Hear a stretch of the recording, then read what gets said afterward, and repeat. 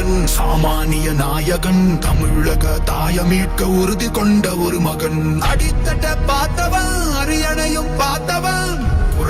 கண்டுபிடிச்சிட்டாங்க. உங்களுடன் ஸ்டாலின். யாருடன் ஸ்டாலின்? உங்களுடன் ஸ்டாலின். இதெல்லாம் வரைக்கும் யாரோட இருந்தாரு?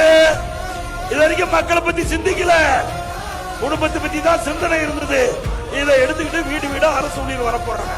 வந்து உங்களுக்கு என்ன பிரச்சனைன்னு கேட்டு 45 நாள்ல இந்த பிரச்சனையை தீர்க்கிறாங்க. இது உண்மையா நடக்குமா? 4 ஆண்டு காலமா நீங்க தானே ஆட்சி செய்யறீங்க, ஏன் தீர்த்து வைக்கல? அப்ப இனிமேல் தீர்க்க முடியுமா? அத்தனையும் போய் புரட்சி தமிழர் எழுச்சி பயணம் புயலா உருவாச்சு. பல வருஷம் கழிச்சு நினைச்ச கனவு நிஜமா நடந்தாச்சு.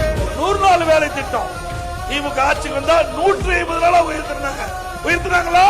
விராலிமலை பேரூராட்சி ஆக்குன்னு சொல்லியிருக்கிறாங்க. அப்படி பேரூராட்சியானா 100 நாள் வேலை திட்டம் இந்த பகுதியில் நடக்காது. இப்படிப்பட்ட ஆட்சி தேவையா? எதிர்கட்சி தலைவராக இருந்தார் ஸ்டாலின். திமுக தலைவர் பாரத பிரதமர் தமிழ்நாட்டுக்கு வரும்போது கருப்பு குடம் விட்டார், ஆளுங்கட்சியா வந்துட்டார். இப்ப ரத்தன கமலம் பிடிச்சு வெண்குடை பிடிக்கிறார், வெள்ளக்கொடை பிடிக்கிறார்.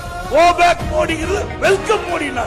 இங்க இருக்கிற புதுக்கோட்டை அமைச்சர் அவர் சொல்றார், திரு ரகுபதி சொல்றார், உதயநிதி அவர்கள் கடினப்பட்டு உழைத்து திமுகவில் துணை முதலமைச்சர்.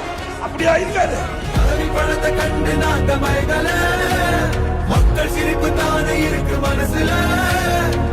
வளர்ச்சிய கொடுத்தோம் பகுதியில் அனைத்து இந்திய அண்ணா திராவிட முன்னேற்ற கழக ஆட்சி இருக்கின்ற பொழுது 574 கோடியில 2306 குடியிருப்புகளுக்கு தண்ணி கொடுத்தோம், பாதுகாக்கப்பட்ட குடிநீர் கொடுத்தோம், பாதுகாக்கப்பட்ட காவிரி தண்ணீர் கொடுத்தோம்.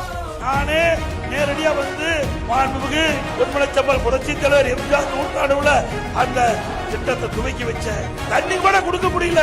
இந்த ஆட்சி தேவையா?